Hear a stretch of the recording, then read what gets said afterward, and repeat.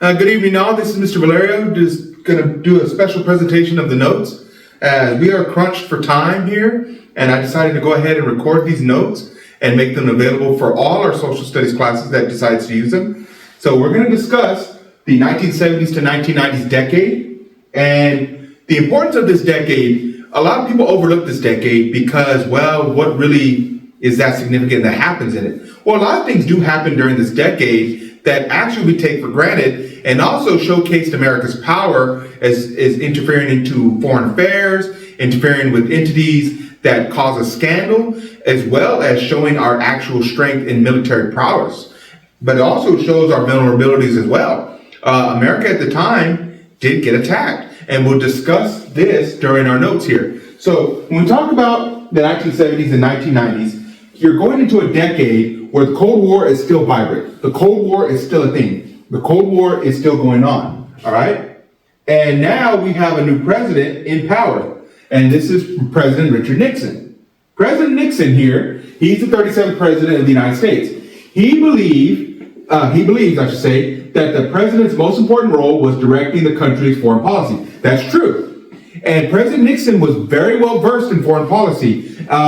It actually got the best of him when it came to Vietnam, but that's for another day. But he was able to negotiate a lot of delicate situations because of his foreign policy expertise. He had this man right here by the name of Henry Kissinger. Actually, we don't have a photo of him, so my fault on that. But Henry Kissinger and Nixon was able to work together with Henry Kissinger to set up a relationship with communist China and also diffuse the situation with the USSR by using the policy of détente.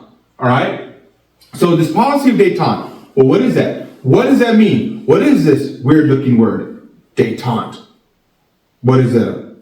A French cuisine? Well, it definitely is a French word. Well, y'all know y'all got into situations with your friends. You got into situations with family, and things get a little heated. Things are like, oh man, sometimes your friends, you'll go back and forth, and they'll say something like pretty harsh, and like, yeah, your mama, what? What'd you say? And you're like, whoa. And you take it too far, right? So look at this during the Cold War era, where we're trying to one-up the USSR. Well, I got more nukes. Well, you got more nukes. I got this. I got that. And we're just kind of elevating this, and it's getting a little bit out of control. So you got to calm things down. You got to like, hey, we're getting ahead of ourselves. We need to calm things down. We need to back off a bit and cool off a bit. And hey, we're, not necessarily apologize, but just kind of calm things down because, we're going to do something we're going to regret, right? That's détente. That's what that is. Détente is calming things down. So President Nixon believed in détente, a relaxing of tension, calm things down. We don't need to escalate things further. We don't need to say things that we're going to regret. You know what I mean? And Nixon and Henry Kissinger, okay, that's actually him right there. All right. Oh, actually, that's the Russian leader. He wanted to stop the buildup of nuclear arms. Okay. Nixon became the first president to visit Moscow and sign the SALT agreement. This is an agreement that reduced the development of nuclear arms. So now we're not building nukes. We're now starting to reduce them. It's about time because we had built an absurd amount of nukes. All right. And he also agreed to sell grains to the Soviet Union to help with the food shortages in the USSR. So the Soviet Union was having trouble actually feeding their own people. So we agreed to lower our nuke supply, lower our nuke development, and we were also going to help the Soviet Union help their own. Now, obviously, we're not going to do it in full blast. We're not trying to embarrass the Soviet Union, but that was part of our arrangement to ease the tensions, calm things down, okay? And then President Nixon, while he's working with the Soviet Union, he's also pushing for some much needed change in America, where we are massively polluted, all right? The United States just did not care about the environment. Look at how dense this smog is. Look how dense that is. To imagine breathing that. And you don't have to imagine it, to be honest with you. If you've ever lived near an oil rig, an oil refinery, anything of that nature, try smelling that every day, all day, every day. It could be rough, right? Now, make that worse. This is how bad the pollution was back in the 70s. Look how bad the water was because these companies were dumping in water, they're dumping chemicals into people's drinking water. obviously that's going to cause a lot of health issues, and that simply can't be tolerated. So President Nixon, he sent a plan to Congress, all right? He's trying to consolidate all these environmental agencies because they're all trying to clean the environment, but they're not working together. So he's trying to bring them together, make one entity, and it's called the Environmental Protection Agency. Now, this agency still exists today, and they are responsible for making our environment clean. They're responsible for making sure that our environment stays clean, that these companies don't pollute our air, that they don't pollute our water with their toxic chemicals. It's their responsibility to make sure that these companies do not basically try to pollute us, with their, nonchalant ways of disposing chemical waste, their nonchalant ways of just allowing smog to go in the air. And this was a major problem back in the day, because if this pollution doesn't get fixed with all this coal burning that we're doing in the 60s and 70s, we would actually have acid rain on a much larger scale than we did back then. It's crazy, all right? So this was definitely needed for the EPA to be around so we can actually breathe much cleaner air and actually drink decent drinking water. Now, y'all complain about Odessa water. Can you imagine how Odessa water would be without this? Ooh. All right? And so this is part of that Endangered Species Act as well, because too many animals were going extinct thanks to our pollution, our lack of conservation. So he signed the Endangered Species Act. This is what allowed animals like the bald eagle to thrive. This would also allow like animals like the buffalo to actually be protected, stay protected. Because remember, the buffalo got nearly extinct during the 1800s. But yeah, the bald eagle itself was near extinction as well. And so the Endangered Species Act allowed these animals to be protected, make sure they don't get hunted, and make sure that their habitat wasn't destroyed. All right? So now we have the EPA, the Endangered Species Act, which saved animals from extinction. Now, the Endangered Species Act is now over 50 years old, and it's helped quite a bit. It's helped save a lot of animals that were going to go extinct. All right? And now, this is probably the biggest one that affects you. And you're like, what? Oh, yeah, because the vast majority of y'all have iPhones, all right? It is what it is. These iPhones are built in China. A lot of y'all shop in Temu. A lot of y'all shop on the TikTok shop. If you're even on TikTok itself, that's a Chinese app, right? And, well, none of that happens. None of that happens without this, where President Nixon reopens relationships with China. Because when China became a communist state, all right, when China became a communist state, the United States basically was shut out from China, and it's not like we were trying to reach out to them anyway. But President Nixon realized that we needed to open up dialogue with China and try to get back in the good graces with this massive country. Okay, even back then, China was big. China had a significant amount of people, had a lot more people in that country than the United States. And so President Nixon started to meet with the communist leaders of China and try to work up a situation there. And here we go here. Nixon preferred to have a more flexible situation in Asia with our presence there by getting there in China. And so you can't do that without actually dealing with the big country in China, all right? So President Nixon was instrumental in bridging that gap in relations because, we capitalist United States, communist China. So he started to visit there. He was the first president to visit there in decades. And so this ice cold relationship started to finally thaw. Are we friends? No.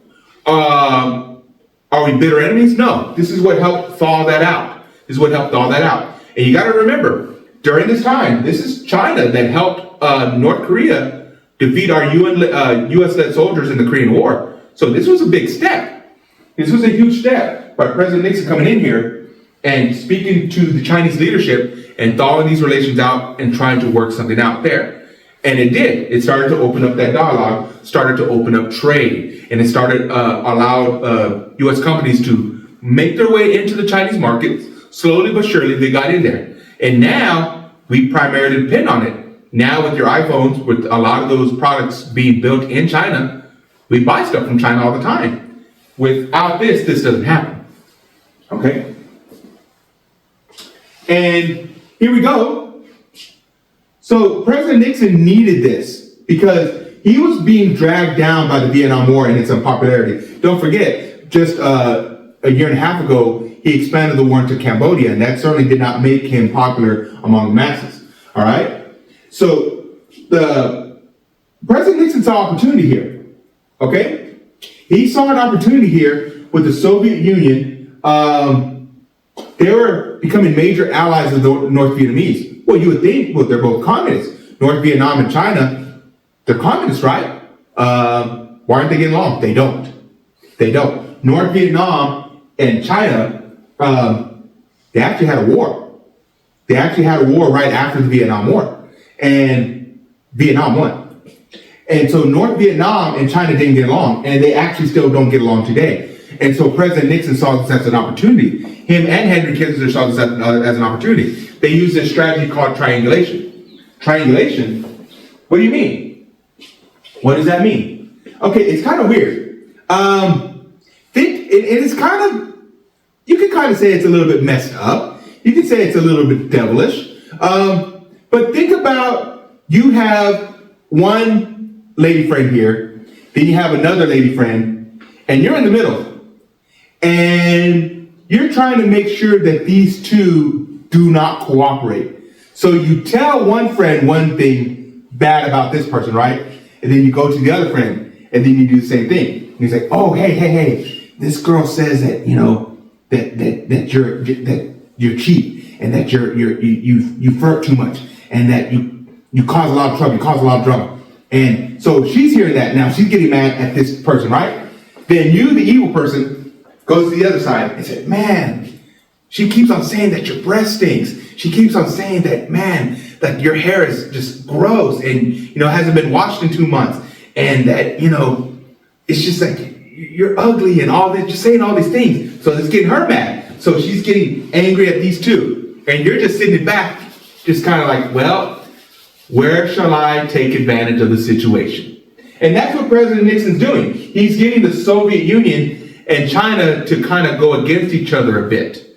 And that's that triangulation, okay? And so the Chinese and Soviet Union relationship had became strained. And so Nixon said, I'm gonna split them apart even further. I'm gonna make sure they don't get back together. They're not gonna be good friends, okay? Instead of using Vietnam to contain China, Nixon concluded that he had better use China to contain Vietnam, all right? For its part, the People's Republic of China was desirous of another ally because the Soviet Union, they were thinking it was getting too big. So China actually didn't mind U.S. help and coming in there and basically trying to put the Soviet Union at bay. It's almost like the Chinese didn't trust the Soviet Union, okay? And so when he went to China, this really started to heal things with us. We started to wedge the Soviet Union apart, and President Nixon and China started to work closer together, all right? And this is one of the building blocks of our relationship with China now. We're still not the greatest of friends. Now China's become pretty big. They become kind of an adversary to us, but we're still on relatively decent terms, I would say. Okay, relative. All right, and this is the part of that triangular diplomacy, and they're saying to Kissinger. All right, that's that triangular diplomacy. We're encouraging competition between China and the Soviet Union. You see how we're pitting them against each other? That's what I was talking about. Okay, and it was successful, and this would allow us to get closer to China. And we're kind of putting the Soviet Union isolated. We're kind of isolating them, all right? We're defending China, and we're putting this other person to the side. We're kind of isolating them, all right? And this allowed us to keep detente going with the Soviet Union now that the Soviet Union isn't as strong as they used to be, and we're still able to keep this policy of detente by calming things down. We don't need to go to nuclear war. We can still calm things down. We're working things out with China, and it's okay, all right? So once again, there's that word again, detente, the easing of hostility and strained relations, especially between countries. So you can actually say detente was applied to the Soviet Union, of course, but you can almost say that detente was used in China. We're easing the tensions, we're making sure that we're working things out with China, and we're trying to befriend them, and we're trying to help out them, right? So I would say detente, it was applicable in both, but it is primarily used for the Soviet Union. That's what it's used for, okay? All right, now with all that going on, we still got the Middle East to worry about. All right, the Middle East, it's already an area of tenseness. It's an area of hatred. All right, you have these religions, you have the Jewish people that set up in Israel right after World War II, and they're set up in an area that's predominantly Muslim, and it's controlled by people that are Palestinian, right? And they're trying to create their own country called Palestine. All right, that's recognized by a lot of other places. It's not recognized by us, to be honest with you. All right, and so when Israel set up shop there, you already have the Arab countries around there trying to, basically destroy it. That's what they want to do. So they have this 1967 6-day war. 6 days, that's it? Well, yeah, man, my goodness. You had this little country in Israel, and then you had all these Arab countries ready to destroy it. Of course it only lasted 6 days. I mean, what chance did Israel have? I mean, it's not like they're the ones that, oh, wait, yeah, they did win. What? Yep, that's right. This little bitty country in Israel beat the entirety of these Arab states in 6 days. How the hell is that possible? Well, let me let y'all in a little secret. Israel had, to lack of a better word, a trump card. They had the United States. The United States supplied Israel with fancy weapons, with high-grade weaponry. We are their biggest ally. And we actually helped Israel defend themselves with the weapons that we sold them. And because of that, Israel was able to defeat all these countries in 6 days. And we actually see Israel gain more land because of this victory. They gain more land. All right? Now, 6 years later, we have the Yom Kippur War, where Big Egypt and Syria, which is right there, they surprise attack on Israel. Okay? And the Arab states are able to get some of their losses back, but definitely nowhere near enough. So you still have a significantly tense situation. All right? Now, these Arab states know who's supplying Israel. They know who's doing it, and that is the United States. Now, considering that Israel is by itself, and all these countries here, all these Arab states do not like Israel, and even to this day, they might be cordial with Israel, but they certainly aren't friendly, and they certainly don't get along that well. All right? They just don't. All right? They certainly don't see eye to eye, especially with the situation going on right now. The fact that they know, that these countries know that the United States is the main reason why they're still around, yeah, that's going to create a lot of tension towards us. That's going to create a lot of animosity towards us.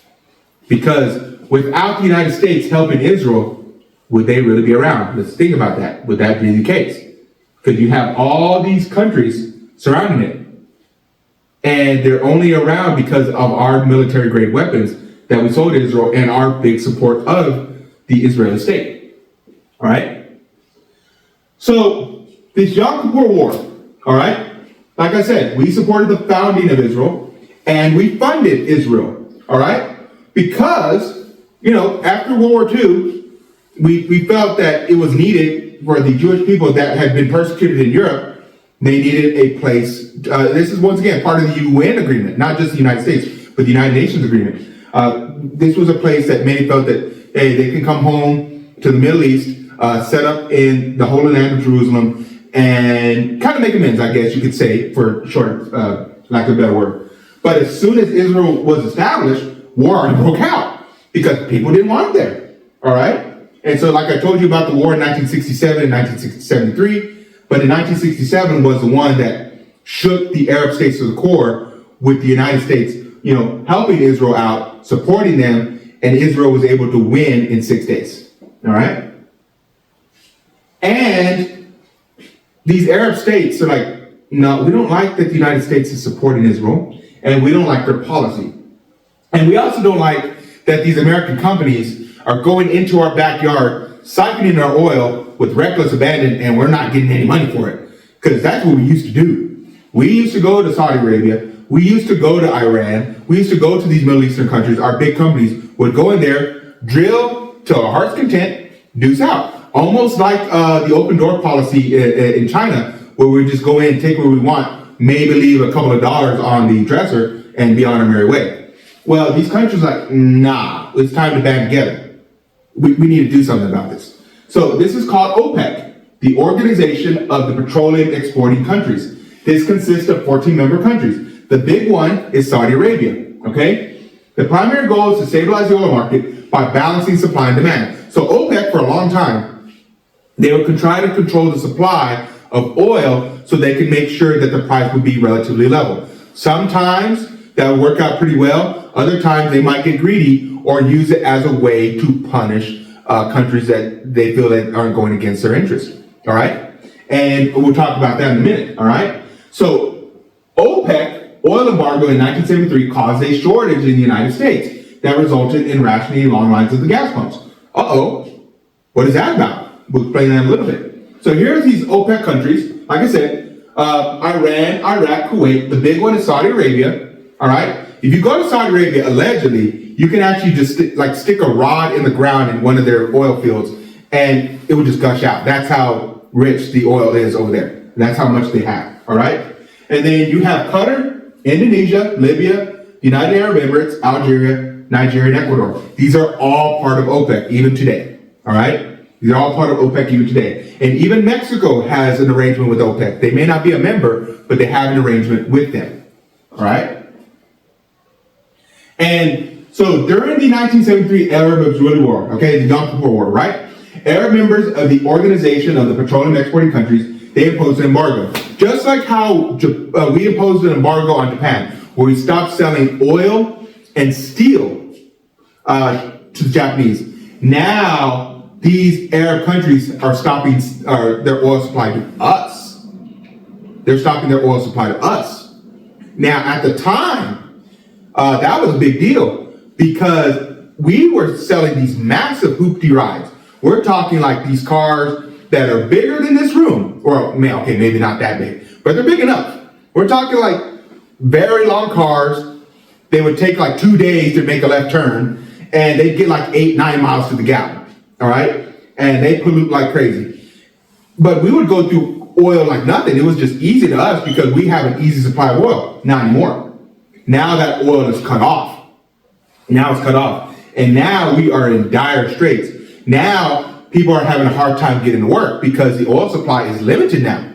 All right? This is one of the reasons why you have a lot of people pushing that we drill as much oil as possibly can, fill our reserves, because we don't want to depend on others like we had to in the 70s. All right? So this embargo both banned petroleum exports to the target nations. Okay? Not just the United States, but we're also talking countries in Europe, such as the Netherlands and other countries that help support Israel. Well, these European countries got on board pretty quick. It was the United States that needed more coaxing, okay? So several years of negotiations between oil-producing nations and oil companies had already destabilized a decades-old pricing system, okay? So now it's a mess. It's a total mess, all right? It's a total mess, all right? We're talking like, remember how gasoline went up sky high just a few years ago? We're talking like stuff like that, and they're out of oil, all right? And yeah, it's crazy. It's crazy. We're talking like people standing in line for hours just trying to get like 5-10 gallons just to survive from going from point A to point B. And then when they be there in hours trying to get gas, they're out. So you waited all that time for nothing.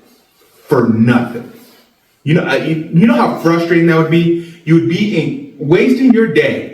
And not to mention any little bit of gas that you had in the car. Hopefully you're pushing it and you had some strength to make sure that you can get to the gas pump. Because otherwise you're idling there and you're just burning gas, right?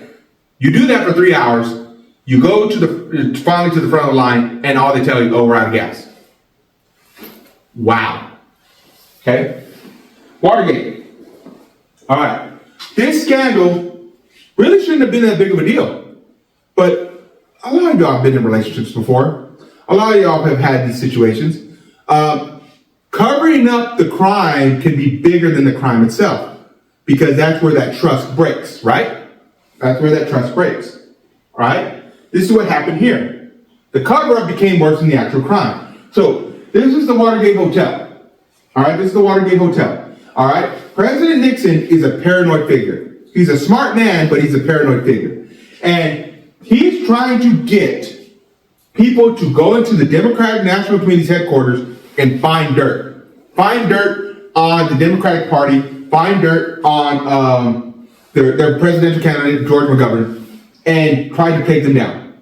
Now, he didn't have to do it. President Nixon was already starting to get popular thanks to his policies and thanks to his successes in foreign policy, right? He was actually starting to do well in that, all right?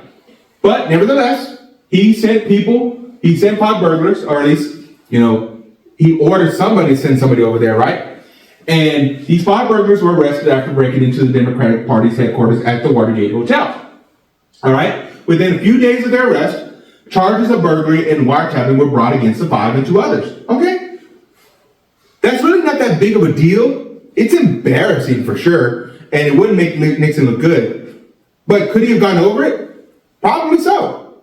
But Nixon and his aide denied it. He's like, no, I didn't do nothing like this. It never happened, blah, blah, blah, blah, blah, blah. I never did this, and I can't believe you would accuse me of such accusations. I can't believe that, all right?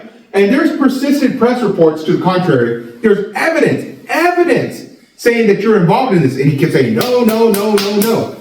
All right? And in November of 1972, okay, he still got easily reelected despite all this going on. So that's what I'm saying. He already had popularity. He didn't have to do it. He just didn't have to do this. All right? But in January of 1973, the trial of the burglars was held before the judge, John Sirica, and they pleaded guilty, and two were convicted by a jury. So you're like, uh-oh, these people are getting convicted of this crime. So now his denial, it's starting to fall apart, okay? So Samuel Ervin led the Senate committee, and people were just watching these televised hearings, and these tapes that show that actually you can hear President Nixon getting involved in this deal. He's getting involved in it, all right? And he refused to relinquish these tapes. All right. So he's holding on to these tapes and he's defying his orders. So people are getting a little concerned that President Nixon is starting to act too much like a bit of a tyrant. He's breaking against the Constitution. He's not following the checks and balances. He's not. All right. And he refused to relinquish these tapes. All right. But you had people within Nixon's cabinet resign in protest. The public got furious. And Nixon had to surrender the tapes. He surrendered them on December 8th, okay, and it revealed clear signs that he was involved in it. So he was trying to cover this crime up. He actually threatened people that if they spoke out, he was going to use his authority to do something, right? All right. So in July 1974, the Judiciary Committee of the House of Representatives, they passed 3 articles of impeachment against Nixon. So now the House, they're not playing around. They're saying, now you're abusing your power. We're now impeaching you, and we want you removed. So we're just now going to wait till we get to the Senate. All right. So this is pretty much over. It's a wrap. All right. So in August 5th, after Nixon supplied the 3 tapes that clearly implicated him in the cover-up, all right, he consisted he did nothing wrong, but 3 days later, he resigned. The only president in American history to ever resign his office.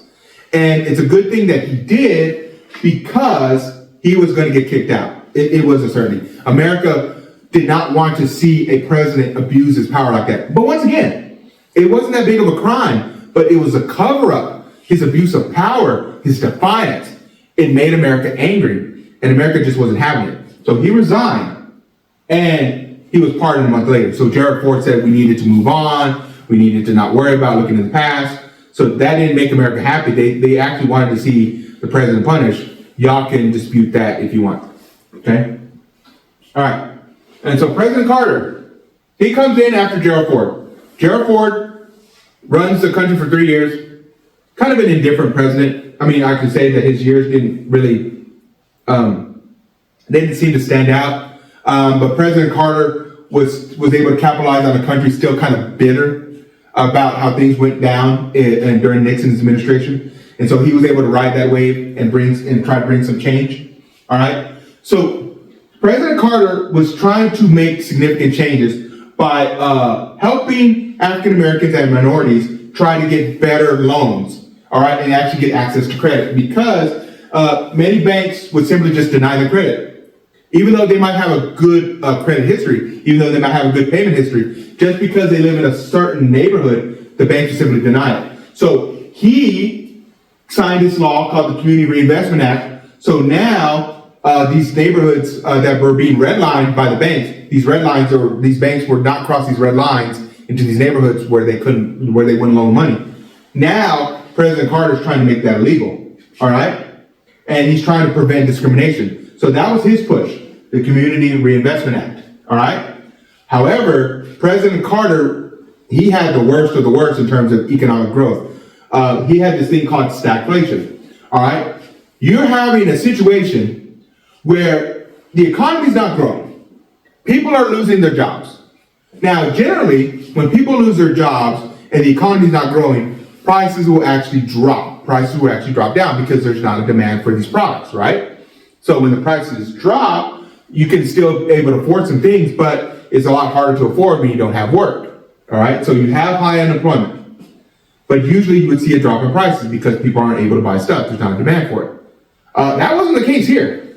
You had high unemployment and prices were going much higher, all right? This is a thing called stagflation. It just doesn't happen. So you had slow economic growth, or you actually had negative growth, and high inflation, where prices are out of control. We're talking like people were getting raises 2 times a year just to keep up with inflation because it was that bad. We're talking like high interest rates. Y'all thinking interest rates are high now? Just wait till you get to the late 70s and 80s, where people were paying like double-digit percentage on houses, all right?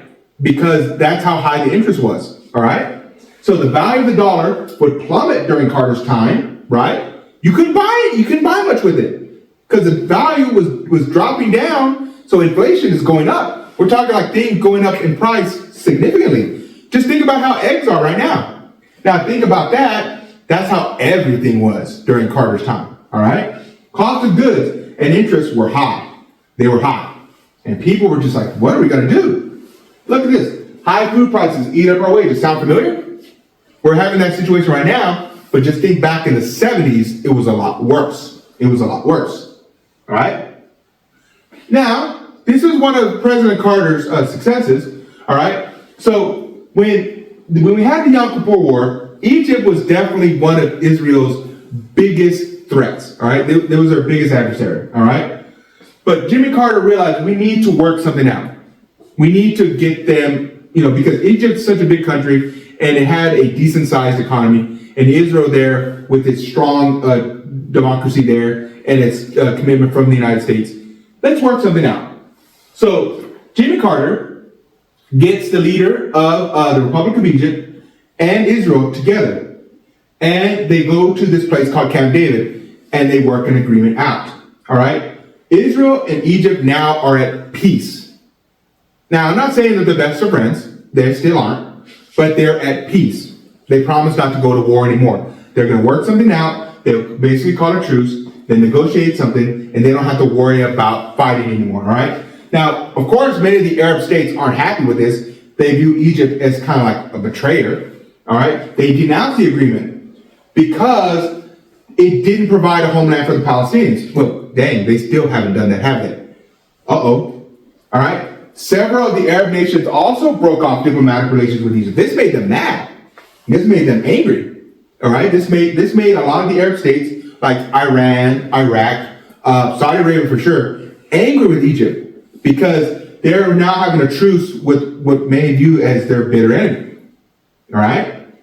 So this was not well accepted at the time by others. Even now, you still have people that don't like this agreement in the Middle East. But it did create a very good peace between Israel and Egypt. That was definitely needed. It was needed. And so good job on Jimmy Carter for making this happen. Right? It wasn't all good. Definitely not. So one of the things that we talked about is the United States interference in countries, in their sovereignty. All right? And the United States, they're pretty good at it. Whenever they wanted to get rid of somebody, they could, and they did. The United States, they overthrew the Iran's new prime minister in 1953 because the Iranian leadership at the time that was under this prime minister, they wanted to take more control of their oil, and even they're looking at communism as an option. I mean, they may not be fully embracing it, but they were looking at it, and well, the United States couldn't have that. Definitely couldn't have that. So they got rid of him. And they brought in this person by the name of the Shah, all right? The Shah, Reza Pahlavi, I can't pronounce his name correctly, sorry about that. Well, he's over there, he's in charge, and he rules with an iron fist, all right? People don't like him. They don't, all right? And they know that he's supported by the United States. Almost think of it like in South Vietnam, when we were supplying Ngo Dinh Diem, right? Ngo Dinh Diem was supplied and propped up by the United States. And Ngo Dinh Diem was hated by the South Vietnamese, hated by them. But they knew that that Ngo Dinh Diem was propped up by the United States. And he's only there to, help keep our interests there, right? Well, same thing with the Shah, you can almost say. That the Shah ruled there with an iron fist. He was becoming despised, right? And, many people wanted him out. And they started to turn to this man, Ayatollah Khomeini, all right? He was a Muslim leader. He overthrew the Shah.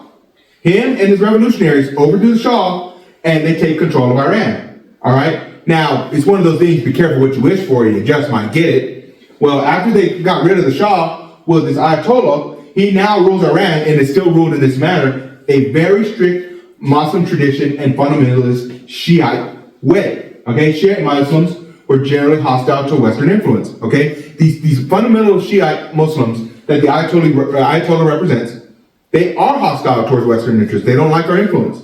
They don't like our culture because it goes against their fundamental beliefs, or at least their traditional beliefs, right? So they're not going to be too welcoming to American culture, American sports, American ways. They want that gone, all right? And so you now have Iran just set up in that situation even now. Even now it's set up in that way. It's still ruled by an Ayatollah, okay? So, now, Reza Pahlavi, the former Shah, he got sick. And President Carter said, well, you need medical treatment, okay, we'll let you in, even though we know you're exiled from Iran, but we'll let you in, we know you need help, and so you're going to get that medical treatment. Well, the Iranian public still angry with us that we propped him up in the first place. Well, they're going to have something to say about that. So you have an angry mob of students. They go to this U.S. Embassy in Tehran. They go in there, storm it, all right? And they round up 52 people. They round up 52 U.S. citizens, and they take them hostage, all right? Now, most of them are hostage for 444 days, all right? 444 days? How long is that? Okay, it's February right now, February 2025. So you're going to be in a room, mostly blindfolded, mostly in a dark spot, not going to really do much for anything. You're going to be told how to get fed. You're going to be told where to go to the restroom. You're going to do that for 444 days. So February 2025, what is that going to be? Probably in the 1st of May of 2026. Wow. Yeah, that's when you're going to get released. So think about from now all the way to May of 2026. May 1st. That's basically the time you're going to get out. Yeah, that's going to be terrible. But that's what people had to live through. They had to live being hostages in the embassy for 444 days. Now, President Carter tried to stage a rescue attempt, but it failed. Now, we imposed sanctions on Iran. So we made sure that we didn't buy their oil, we didn't buy their supplies. We were going to make sure that we're going to punish them economically, all right? But our image suffered because we couldn't free our own hostages from this upstart young government that was led by the Ayatollah. We looked weak, and President Carter looked feckless. And so this made President Carter very unpopular. It's like, how are you going to allow this to happen and you can't save our own hostages? Well, they remained captive until President Reagan was inaugurated, and then they were released in 1980. There is some rumblings that President Reagan actually had set up a negotiation with the Iranian government to have them released on his inauguration day. I don't know if that's true. That's what I've heard before, but y'all can research that yourself. See what y'all think about that. All right. So speaking of Ronald Reagan, all right, now he's president, and he wants to make drastic changes to the government. Drastic changes, okay? Because he announced a recipe to fix the nation's economic mess. Because my goodness, it is a mess. We're talking, remember, high unemployment or an economy that's not growing. And we're not talking like Great Depression unemployment. We're not talking anything like that, but it's still pretty high. We still have people that are having trouble finding work. And we're definitely having people having trouble just finding jobs that pay because inflation is just sky high. All right, interest rates are sky high. All right, so he's going to fix the undue tax burden. He's going to fix excessive government regulation, okay? And he's going to cut all these social spending programs that he believes is creating into this inflation. So a lot of these programs that the Great Society started, he wants to cut those back. All right? Stagflation had taken a hold of the country. High inflation and high unemployment, right? And so he believed in this thing called trickle-down economics. So you're going to give tax cuts to the upper crust, all right? The upper income earners, all right? Now he believes if you cut the taxes of the upper income because he believes they're taxed too much. All right, he believes they're taxed too much, and that you can argue with that, you can believe that, and you can say no. I'm not here to dispute that. That's his choice.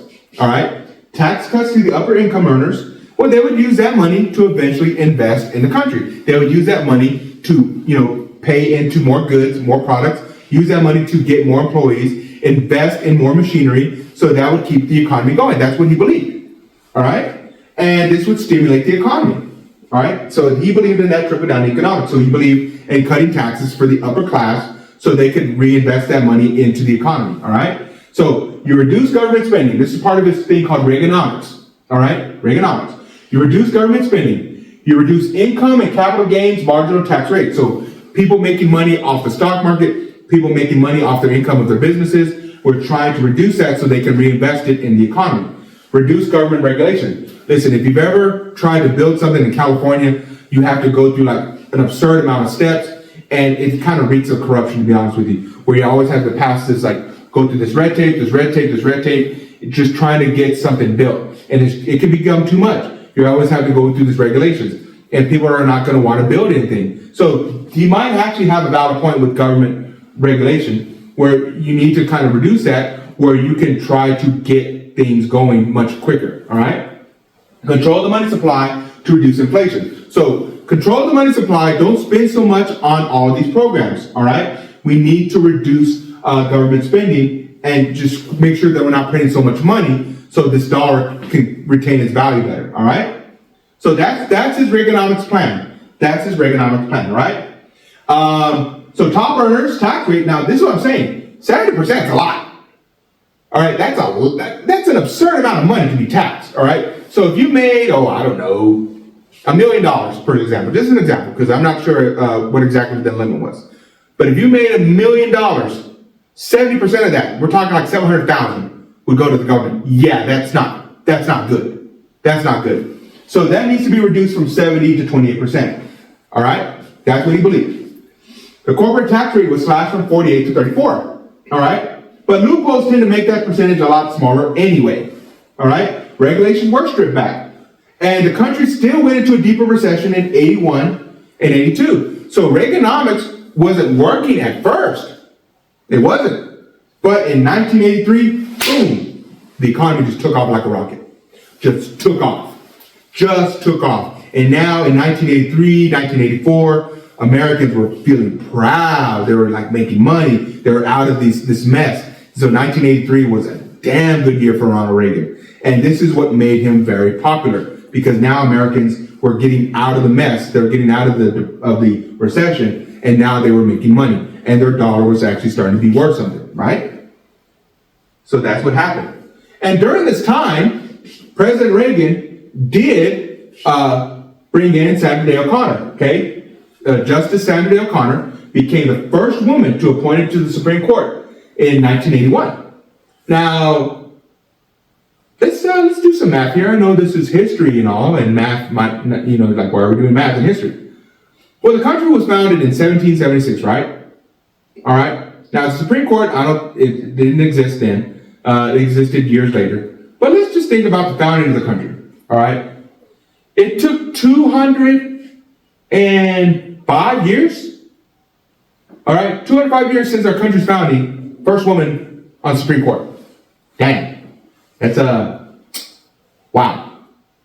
It's crazy, right? Now, look, I know I'm an old person. I know I'm old and all. But, yeah, I was around. Like, I was actually around when Sandra Day O'Connor was confirmed to Supreme Court. So, dang. All right? So, it's not, I'm old, but I'm not that old. All right? Now, like I said, not everything was good for Ronald Reagan because we still had a situation in the Middle East, all right? And so you had this situation in Beirut where Israeli forces invaded this neighboring country of Lebanon, all right? So this set off a civil war between Christians and Palestinian refugees, all right? So Lebanon requested aid from the U.S. Marines and the French paratrooper forces, but suicide bombers attacked these barracks. They attacked them. And you had 300 servicemen die. And the vast majority of them were American. They were American. And we withdrew the troops from the area. This is not one of our better moments of strength because the people that was accused of doing this, their group's name was Hezbollah. That's who's accused of doing this. And, you know, President Reagan, they did some bombing attacks, but they weren't really able to break Hezbollah like they wanted to. All right? And that didn't take place till decades later, where Hezbollah now is kind of a broken shell. All right, Hezbollah is now in a very weak state. But during the 80s and 90s, Hezbollah is strong, and allegedly they're propped up by the Iranian regime, right? And so that's why Hezbollah was able to have such strength, right?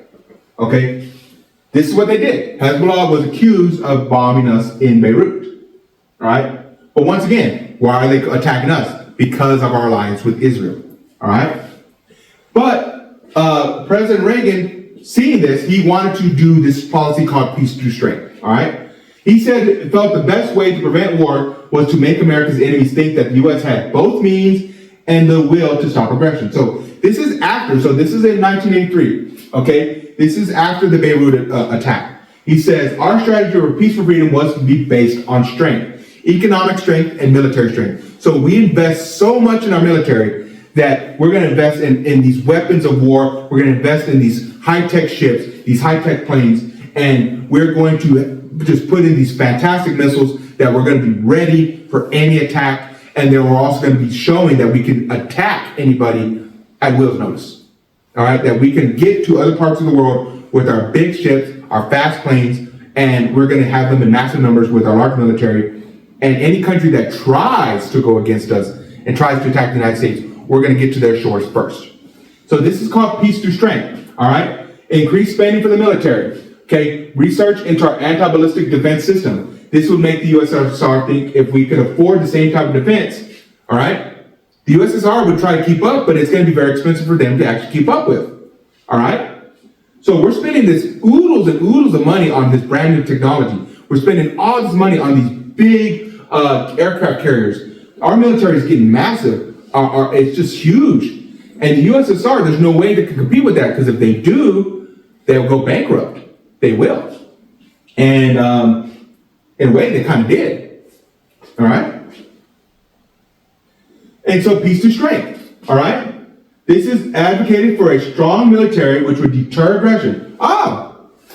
So what is that in practice? Well, say for example, you go to a club and you bump into this guy and you get a little ticked off and you're like, hey, watch where you're going. And you realize this guy's like 6'9", 350 pounds, and he's all chiseled up and he's been in the system, you know. Yeah, you don't want to fight him, okay?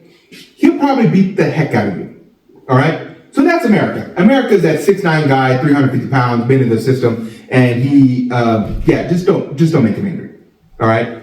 That's that peace through strength. Hey, you leave us alone, we'll leave you alone. But we'll just let you know that we can beat the crap out of you if we need to, because we're that big, we're that strong, we know how to fight, right? And so this budget, though, for our military, went through the roof. Because, of course, weapons aren't free. We can't go to Kmart and do a buy two nuke and get one free special. We just can't do that.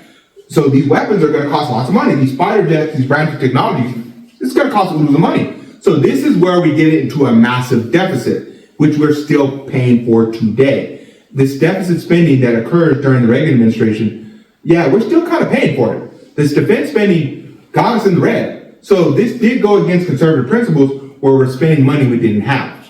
But he felt it was very important to build up a military to do this. Okay?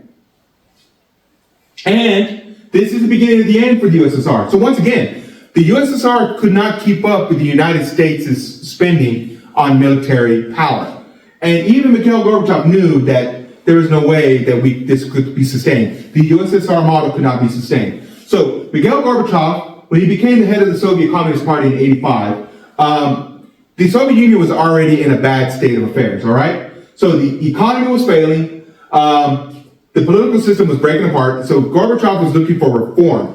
He was looking for reform within the Soviet Union, okay? And he also agreed to withdraw troops from Afghanistan after the Soviet Union tried to go in there and set up shop, similar to the Soviet aggression in Europe, similar to that method, right? And Reagan and Gorbachev, they held a series of conferences to dismantle weapons of mass destruction, which they did. To their credit, they did. And then President Reagan went to Berlin. Remember the Berlin Wall still there? Well, President Reagan makes an impassioned speech to Mikhail Gorbachev, and he tells Mr. Gorbachev to tear down this wall. And of course, the people start cheering, they get loud. And a few years later, the Berlin Wall does fall. It does fall. And it's the end of communism in Germany. And this speech is remembered very well by many of the Germans that were there to see it. All right? But President Reagan, in his second term, he was kind of a scandalous fellow. Well, at least his administration was, all right?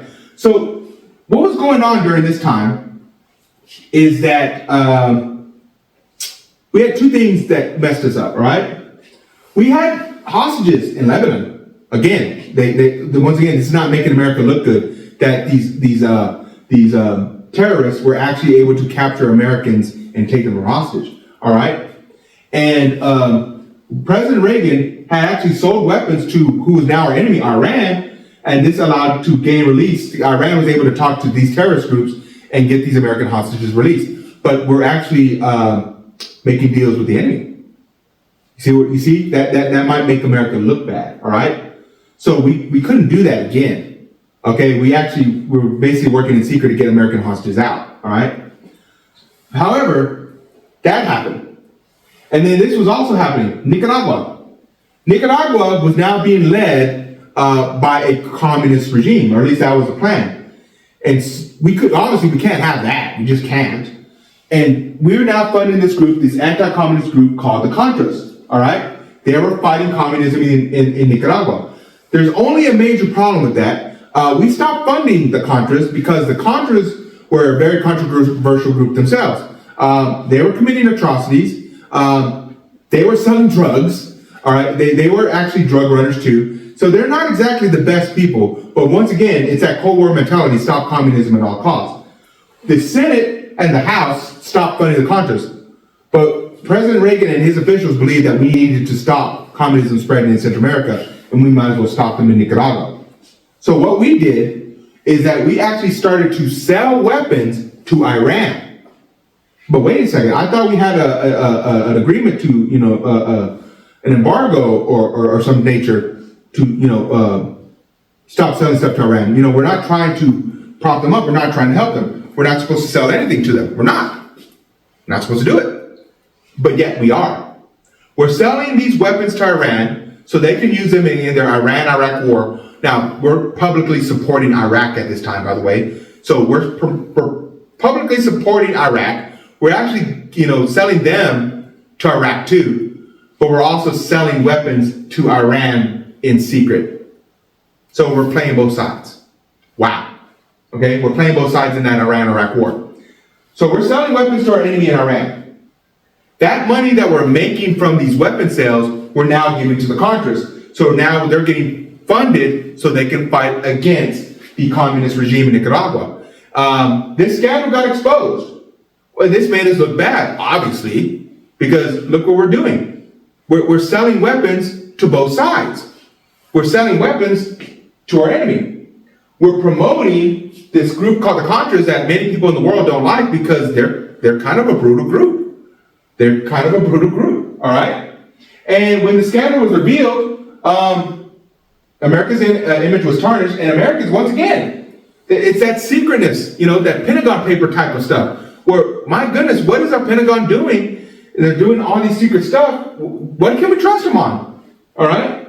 So this man by the name of Oliver North, he took the fall. He claimed full responsibility for it. And, of course, his name was mud for a while. But then he was able to rebound his career on TV. But Reagan still maintained a strong following because of, obviously, his peace through strength mentality, the strong economy in the 80s, his big re-election in 84. So Reagan was still a popular figure. All right, he's still a popular figure, but he did get tarnished. He did. All right?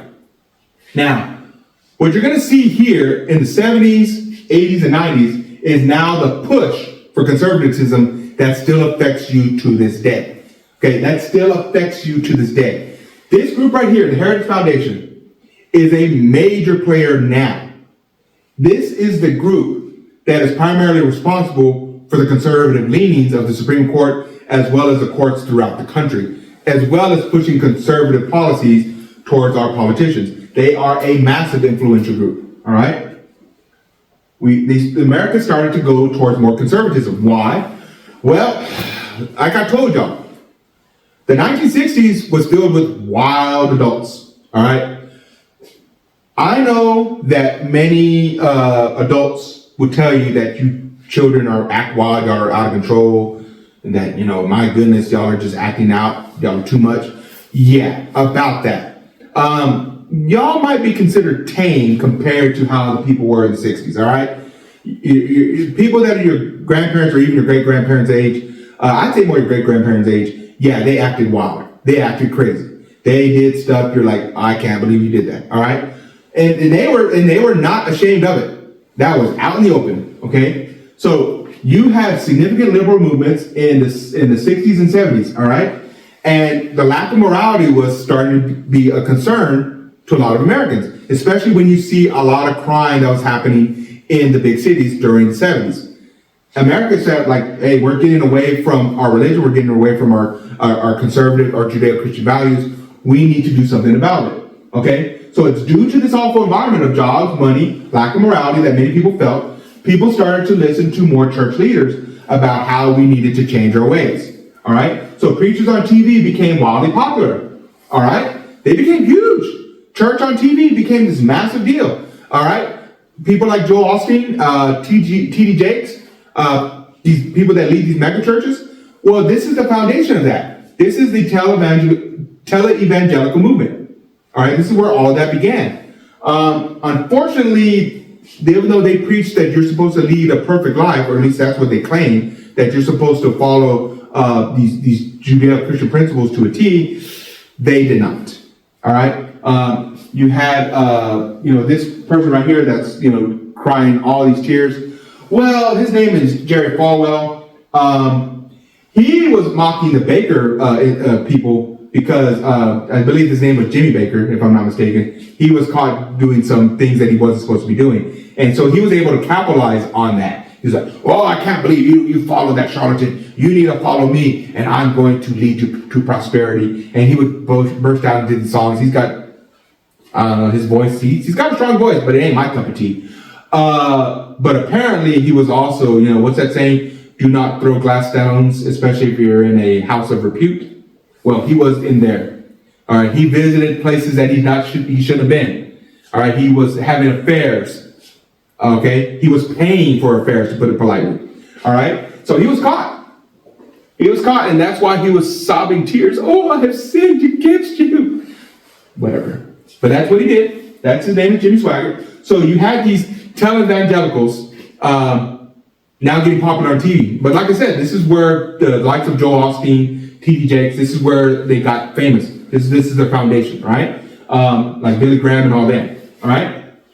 Groups like the Heritage Foundation, they began to organize. They organized. They had a long game. They started this in the late 70s, early 80s, and they were actually planning to take control of the branches of government And they didn't care how long it took, whether it be in the 20, 30, 40 years or from now. All that's going on right now, this was planned. This started back then. All right? This large conservative coalition is still powerful today. It has significant influence. Look at our Supreme Court. Our Supreme Court now is 6-3. If I'm not mistaken, 5 of those 6 judges promoted by the Heritage Foundation. Okay? And so we had this thing called the moral majority. Jerry Falwell was leading this group because they were pushing for America to regain its morality, but also believe that Americans with more mortality and representing his viewpoint. Okay, all right, they were the majority of the population. All right, that these people that had this moral belief that America needed to be good people, that America needed to follow these Judeo-Christian values, that they were the majority of the people. So that's why they call it the moral majority, because he believed that most Americans had these moral principles. All right, and Oral Roberts, heck, he founded his own university, which still exists to this day. All right. So they had a big influence on American society that still exists to this day. All right. Jerry Falwell, his son, still has significant influence with the creation of a university called Liberty University. That was funded by them. Some of y'all, we actually have athletes, if I'm not mistaken, that have signed with Liberty University in the past. Well, that was started by them. That was started by the Falwell groups. All right. That started by the Falwell people. All right. And so these organizations and political involvement of conservative Christians, all right, they started to rise up to try to get back their moral, try to get back their morality, you could say, because of these rising divorce rates, increased drug use. And yeah, I know this is crazy, expansion of women's rights, but yeah, you had a lot of people that did believe that they needed to go back to conservative values, and they thought that feminism was going against Judeo-Christian values. That's their thinking, all right? That's not my words, it's what they believe. All right, that's what Jerry Falwell believed. And of course, the 1973 U.S. Supreme Court decision in Roe versus Wade that dealt with abortion. All right? Government programs like the New Deal and Great Society made groups of conservatives believe that the government is too large. So they're saying, oh, the government, you're helping, what? That government's too big. That government's taking too much control of your lives. That's what they're saying. All right? And so Jerry Falwell was leading this push of traditional values. That's him. And he was able to get significant support. And actually, I take that back. These politicians were looking for that support because the moral majority had such an influence. So these politicians like Ronald Reagan, they were looking for that. And once they found out that they could trust this politician, they campaigned for them. So they worked together.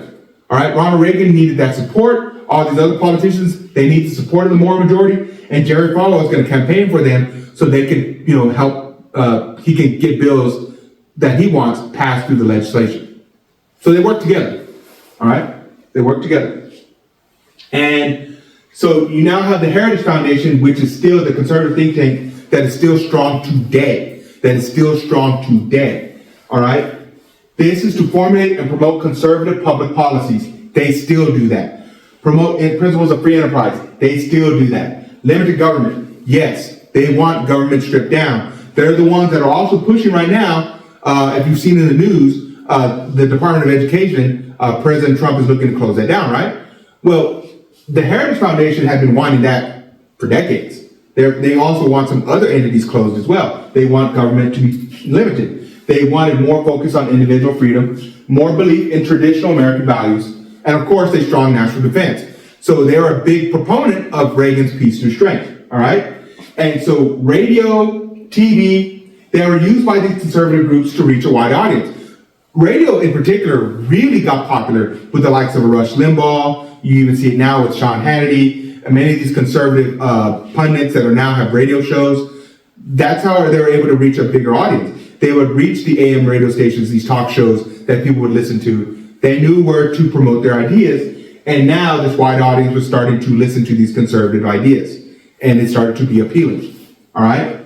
And this person right here, Billy Graham, he was a very influential evangelical preacher, and he was around ever since Harry Truman all the way to President Obama. He was that big. All right? And he was around that long, Billy Graham. And a lot of people followed his principles, his evangelical ways. But this is where a lot of this conservative idea, these conservative movements, the foundation is literally in this foundation, the Heritage Foundation. That's where a lot of this began, and they still have such a strong influence and power today. All right? And that's what I said. This is your conservative Supreme Court now. All right? This is your conservative Supreme Court now. So you have Chief Justice John Roberts. You have Clarence Thomas. Okay? This is Samuel Alito, who is probably the most conservative on the court. Then you have Neil Gorsuch. All right? You have Brett Kavanaugh. And Amy Coney Barrett. I have a hard time pronouncing their name for some reason. Amy Coney Barrett. All right? These judges are very conservative. And they were heavily pushed and promoted by the Heritage Foundation. 5 out of 6 for sure. All right? And that's how much power they have. This was part of their long game. They wanted a conservative society. And it took decades, but they got it. And they're not going to let it go. So they have a very strong grip on the politics of today. All right? And speaking of conservatism, you have the war on drugs. Because, it's like I told y'all, drug use was rampant in the 60s and 70s. And you had a lot of people, their lives were thoroughly ruined. And for many of y'all who have, unfortunately, and I've been one of them, have seen the ill effects of drugs and what it can do to family and friends, it's a devastating sight. It's a horrible sight. And I don't wish anybody to see that live like I have. And it's, I understand why you want to try to clamp this down because drugs are horrible. Absolutely are. All right. And President Nixon saw that we needed to do something about this. And so he started to do something about these illegal drugs in 1971. And these drug control agencies were created. The DEA, Drug Enforcement Agency, was created in the late 70s. But the effort just kind of waned. But President Ronald Reagan went full force on it. All right. This commitment to the war on drugs. And First Lady Nancy Reagan, she was one of the ones pushing the initiative of Just Say No. This huge campaign that I was around, I remember it very well. They would go to these schools, they would give you these Just Say No posters, like just say no to drugs. And we would wear these shirts called DARE, and we would, tell the kids to make sure they don't get on drugs. And we'd actually have people go to our schools, and they would talk about their time with drugs. And it was, my goodness, some of the things we did not need to hear as kids.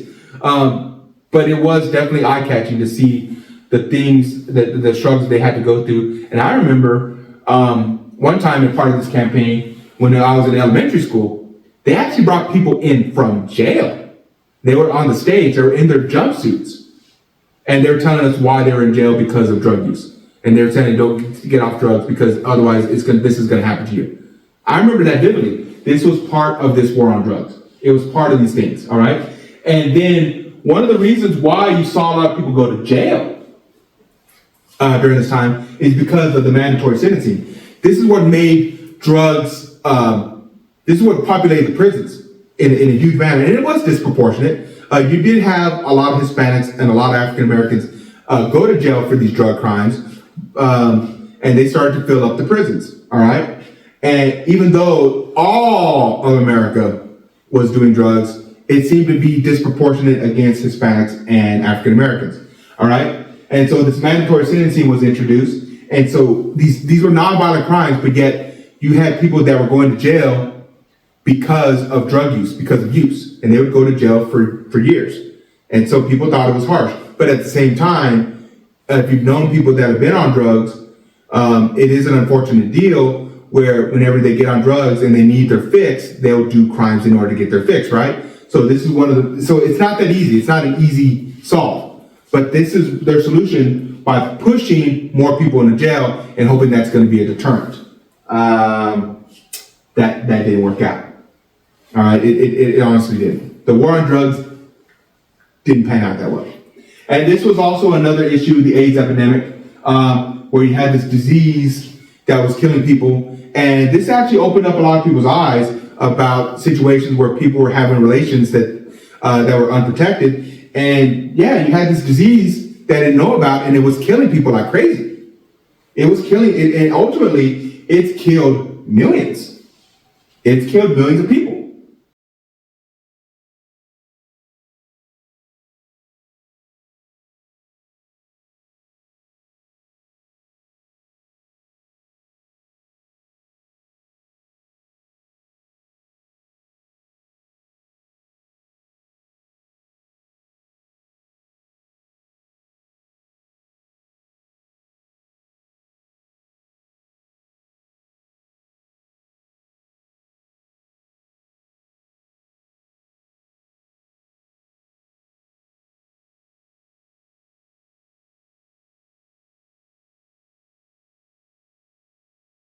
All right?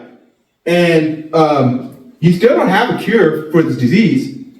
I'm not sure if we ever will in our lifetime because of how the virus mutates, the HIV virus mutates. But it was a hard lesson learned by a lot of Americans. And finally, we have technology where we have the first consumer computers available in the 1970s and later in the 1980s. For example, this is my personal computer. This is from 1982, if I'm not mistaken. It's a TI-99 4A. It actually still works. If anybody here ever wants to see this computer in action, you can just swing by my room. So we had the first consumer computers available in the 1970s. Okay, these were produced in the South. It allowed for storing massive amounts of data, which we all take for granted now. Look how much has changed from 1976 to 2009, and just the amount of storage. It's crazy. Just the amount of storage where you're lucky to get megabytes of storage. And now, if our computers don't have like 512 gigabytes of storage, we're thinking it's not enough. So just the staggering amount of growth that we've had in our computers is crazy. But the consumer computer for the house, that began in the 70s, right? All right? And this replaced many larger devices, created new industries, which we still have, and new jobs. Changed the nature of education. Look at y'all. You use your computers now. I learned grammar on this computer. I learned mathematics on that computer when I was in elementary. So it may not be the same technology, but it's the same premise. It's the same premise, all right?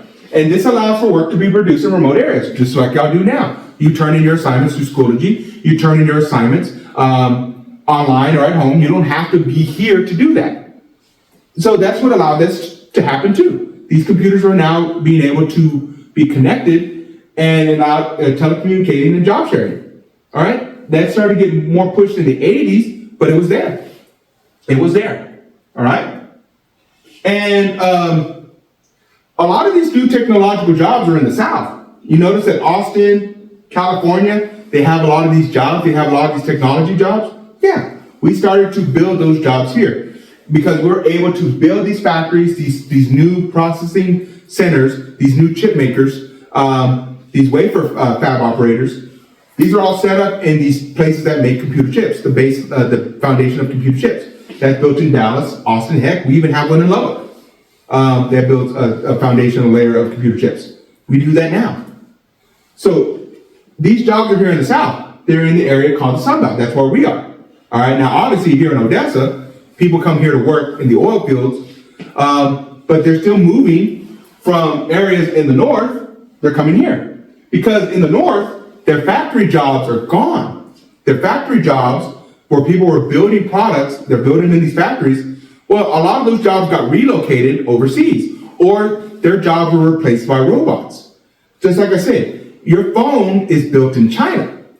Your phone is built in another place. It's not built in the United States. So that building phones overseas is cheaper. So why are we going to pay so much money to build those phones here? So they just ship them overseas. So those jobs that were manufacturing, they're gone. So many of these people, they move here in the South.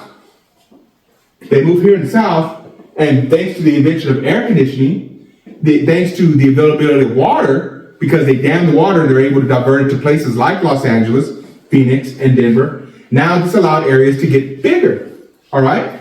And now, places like Texas, they have a lot of people, even your city here, Odessa, and neighboring Midland, getting bigger, bigger, and bigger, and bigger. And we're getting a lot of people, not just from different places around the United States, but different places around the world, because we have jobs here. They're not moving to the North and Midwest. They're moving here, right? Because we have the work, we have the technology, and we have the space. All right? And like I said, this is the Sun Belt. This is the Sun Belt. This is where a lot of the people are moving. They're moving to the north to here. And Texas is now become the biggest beneficiary of it. All right? We're the second largest state by population. All right? And like I said, this is a factory in the Rust Belt. It's literally rusting away. Those jobs are never coming back. They're never coming back. Manufacturing jobs, primarily in the North and Midwest, they're just not coming back. There's too much technology and there's too much cheap labor across overseas that we benefit from, and that we're just not going to get those manufacturing jobs back. So something else has to be brought up there in the Midwest in order for them to find sustainable work. All right? And like I said, LA does not have water. Denver does not have water. And Phoenix definitely doesn't have water. It's kind of, yeah, think about that. LA, the metro area, has 20 million people, but they don't have a big river that goes through it. The LA River is man-made. It's literally a drainage system, right? It's really not a true big river. It's not, all right? So they have to get the vast majority of their water from the aqueduct. The aqueduct's what feeds LA. That's what gives LA their drinking water supply, all right? Denver does not have a significant water supply, so they have to dam an area to make sure they divert water that goes into Denver. Same thing with Phoenix, all right? And finally, the growth of Dallas from 1980 to 2020. Houston from 1980 to 2020. The growth is going to continue. You're going to see the growth, these habits that developed in the 70s and 90s, and the things that still affect us to this day, that was started in the 70s, 80s, and 1990. That still affect us to this day. This conservative movement, this conservative push, the push for drilling. You know, OPEC, yeah, the lessons from OPEC, where we had that oil embargo. This is why people are pushing to make sure that we drill as much as possible, so we don't ever have to be in that situation again, where we have to worry about an embargo like that, where we don't have to worry about Middle Eastern countries having us over a literal barrel of oil, right? So we're learning the lessons of the oil embargo, and we still apply them to this day. So this is why it's important to learn this decade, because a lot of those lessons that we learned in the 70s, 80s, and 90s, we're making sure that we don't repeat, and we're also making sure how people were able to get into power by using the Heritage Foundation and the push of the conservative agenda. You're learning that in this decade. So I want to thank y'all very much. I hope that y'all enjoyed this. I mean, like I said, this is just used as an emergency need if you're needing a presentation of notes. So you can use this in order to help you understand these notes a bit better instead of just reading them. So this will be available for y'all. Y'all can use this for whatever y'all see fit. I hope this was helpful, and I hope that you have a successful Unit 10 test, and hopefully we get ready for the STAR and everything will work great. Thank y'all very much, and y'all have a good evening.